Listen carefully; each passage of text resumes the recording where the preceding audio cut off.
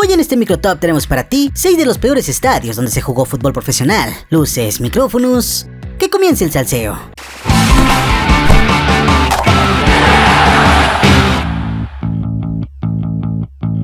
Serianos, cada vez estamos más cerca de la rifa del PlayStation 4. Recuerda que lo vamos a rifar cuando lleguemos a 769,000 suscriptores. Ya cada vez falta menos. Si ya me mandaste tu screen, no te preocupes, ya estás inscrito para la rifa. Y si no lo estás, ¿qué esperas? Suscríbete para participar por esta consola.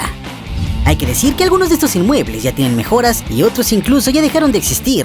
Antes de comenzar, quiero aclarar que la numeración no tiene ninguna importancia. Número 6. El Estadio Andrés Quintana Roo. El original Estadio Olímpico Andrés Quintana Roo se inauguró a mediados de 1984 con un partido amistoso entre los Pioneros de Cancún, que harían su debut en la tercera división profesional, y los Arroceros de Chetumal, que ya tenían experiencia en esa categoría. Ganaron 2-0. Fue sede de los Pioneros hasta 1987. Era solo una cancha municipal con una tribuna. Fue utilizado para albergar diferentes disciplinas deportivas, entre las que destacaban el atletismo, el fútbol americano, el soccer y uno que otro concierto. El estadio de fútbol del Atlante, primera división del fútbol profesional, aquí en Cancún, para ustedes. Luego sucedería algo que nadie se espera, sobre todo con la historia y trayectoria del Atlante. Los Potros se mudaban a Quintana Roo. Hoy, los Potros en teoría se han convertido en caballitos de mar, y su cambio de sede a Cancún se consumó esta mañana.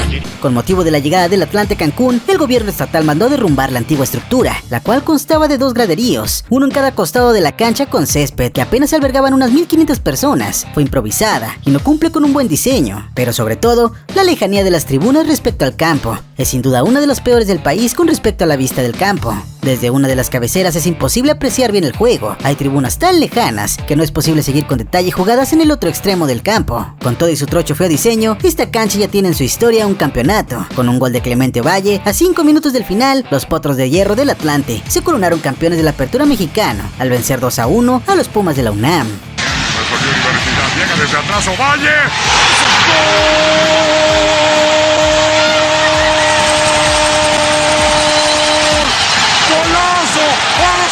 El 10 de abril del 2013 se jugó la final del torneo clausura de la Copa MX. Los protagonistas fueron el Atlante y el Cruz Azul, siendo el equipo cementero el ganador, al tener que definirse en tanda de penales. Número 5. Estadio Universitario. Inaugurado un 30 de mayo de 1967. Es San Nicolás y con una capacidad de 42,000 aficionados. Es actualmente el estadio más buleado. Va el doctor, va la gente del cuerpo técnico ingresando a este inmueble hace instantes para instalarse en el vestidor en el que les corresponde.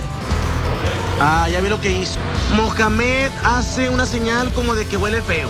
A casi medio siglo de su apertura, el Estadio Universitario se ha convertido en una de las estructuras deportivas más viejas del balompié mexicano. No tiene butacas en la zona superior, su iluminación podría ser mejor, pero no está techado. Solo el 5% de la grada tiene cubierta. Aún y con eso, su afición semana a semana abarrota el volcán, pues con 42,000 asientos disponibles ya no da abasto a la pasión regia.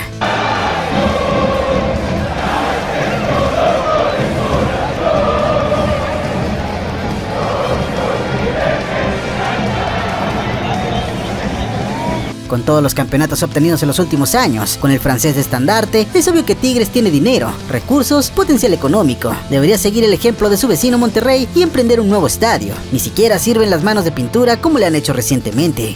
La pelota para Carioca, que creo que es un buen árbitro. Ojalá crezca. Aquí está Edo, levanta este balón. ¡Viene el remate! ¡Gol!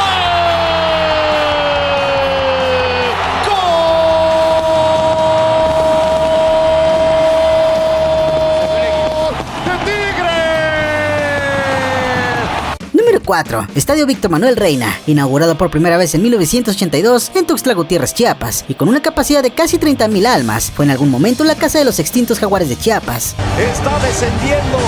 No ganó desde la fecha 8 el equipo de Jaguares hasta el día de hoy, pero ya no le alcanzó. El también conocido como Zoque fue inaugurado para albergar en un principio a 6,000 espectadores. 20 años después, el aforo se ampliaría a 25,000, ya que recibiría a un equipo de primera división. Aunque la casa de los chapanecos fue condicionada para el máximo circuito, la realidad es que las instalaciones no satisfacían las necesidades para sus espectadores, quienes se tenían que conformar con mínimos detalles del coloso. De por sí, los campos con pista atlética ya están descontinuados en el fútbol mundial. El de Chiapas presenta una de las peores visibilidades del fútbol mexicano. Le renovaron el exterior y cambió en algo su mala apariencia, pero definitivamente es uno de los peores lugares para tener experiencia profesional de fútbol. Además, la iluminación es pésima. Actualmente alberga a los Cafetaleros de Tapachula, que juegan en la Liga de Ascenso.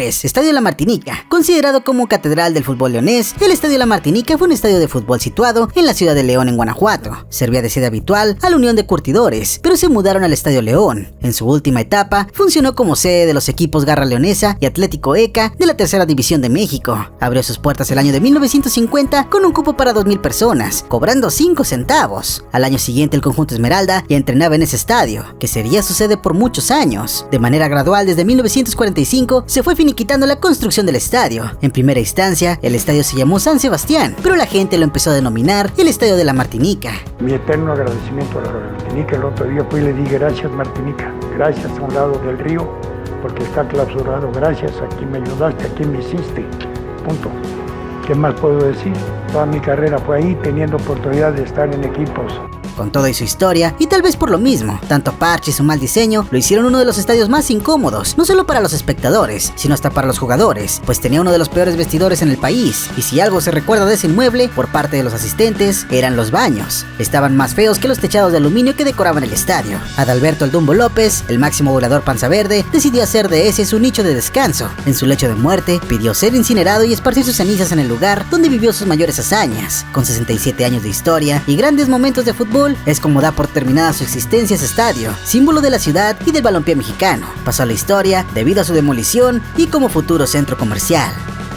Justamente en las esquinas de la calle Olimpo o de la Tota Carvajal y el malecón del Río de los Gómez. Un lugar histórico que por aquí podemos ver pues ya empieza a lucir en escombros. Número 2. El 5 de marzo de 1967, el Pachuca logró su primer ascenso a Primera División, derrotando a Ciudad Victoria. Tiempo más tarde, el 23 de junio de 1973, Pachuca descendía a Segunda División. La construcción de ese estadio comenzó el primer día de junio del 58 y se inauguró el 14 de diciembre de ese año. Tiene medio siglo de vida. Moacir Santos, que llegó a jugar con el Pachuca, parece que fue uno de los primeros contratados importantes, el Tepo Rodríguez, que venía del Oro. Con eso, pues, el 14 de junio del 92, el Pachuca logró su primer ascenso a la Primera División Mexicana en ese estadio, en un partido disputado contra el Zacatepec. El 14 de febrero del 93 se inauguró el Estadio Hidalgo y pasó a ser la casa de Pachuca. En el 2008 sufrió una remodelación dividida en 3 etapas. La primera con la construcción de una pista de atletismo en 4 carriles de material sintético y la segunda etapa con una demolición parcial del muro en mampostería, construcción de reja perimetral, mamparas alusivas a la historia del estadio, pórtico de acceso, módulo de administración y sanitarios. La tercera etapa fueron trabajos de cubierta de gradas, módulo de ejercicio para diversas actividades, un muro de actividades de senderismo y la explanada cubierta para actividades del exterior. Sí, efectivamente, pues ya ahora solamente quedan 15 minutos para que dé inicio este encuentro esperado de fútbol, esperado por muchos factores, uno de ellos el principal, la inauguración de este estadio. El 27 de marzo del 2011 finalizó la remodelación y fue con el nombre de Complejo Deportivo Revolución Mexicana. Como dato curioso, el 13 de diciembre de 1980, Johnny Winter realizó una gira en México y se presentó en Pachuca en ese mismo estadio. Durante su actuación, alguien del público le lanzó un objeto, generándole un disgusto que ocasionó que suspendiera su presentación. Número 1. El Estadio Mariano Matamoros. Este es un estadio de fútbol que se ubica en Morelos, específicamente en Xochitepec. Su capacidad es de 16,000 espectadores, el segundo estadio más grande del Estadio Morelos después del Agustín Coruco Díaz. En el 2002, el Mariano Matamoros era sede de la Copa Morelos, inolvidable inmueble, donde se aparecieron uno de los equipos más fugaces que ha visto la Liga MX, una cancha instalada al lado de un riachuelo y tribunas cayéndose, un estadio que no debió pertenecer a la Primera División, justo al lado de un río. Se podía ver pasar el ganado, sin un solo techo, en uno de los lugares más calurosos de México y hecho con 3 gradas carentes de butacas, una estructura parchada y sin cerrar. Era básicamente lo que lo convertía en el peor estadio de ese momento de la Liga MX. Definitivamente el primer partido que jugamos contra Universidad, en Ciudad Universitaria, ese logro no me lo cuelgo, por supuesto, ni los demás, porque al final era esfuerzo de los muchachos. Esta cancha vio jugar la Primera División de México del torneo Clausura 2003. Sin embargo, los Colibríes descendieron ese mismo torneo. No solo el estadio era el problema, no había ni para pagar el transporte de los jugadores, mucho menos sueldos. La franquicia fue vendida nuevamente y abandonó la ciudad. De 2007 a 2013, el equipo de Ballenas Galeana ocupó el estadio en su paso por la Segunda División de México. Sí, fue una situación, pues, dentro de lo bonito que pudo haber pasado ¿Por qué? Porque eso unió más al grupo. Este equipo, con tan solo 6 meses en primera, tuvo muchísimas situaciones bochornosas, desde corrupción, falta de pagos, prestanombres, dueño de dudosa procedencia, pero sobre todo con uno de los descensos más penosos que han vivido el fútbol mexicano. Si te gustaría un video sobre la historia de Colibrís, vamos a romper ese botón de likes. Dime lo que opinas. ¿Conoces otro estadio que pueda estar en esta lista? Déjalo acá abajito, me importa muchísimo tu opinión. Regálame una manita arriba, sígueme en Twitter, Instagram, únete a la secta voceriana donde llueven momazos. Comparte este video y si no estás suscrito, recuerda suscríbete. Créeme, no te vas a arrepentir.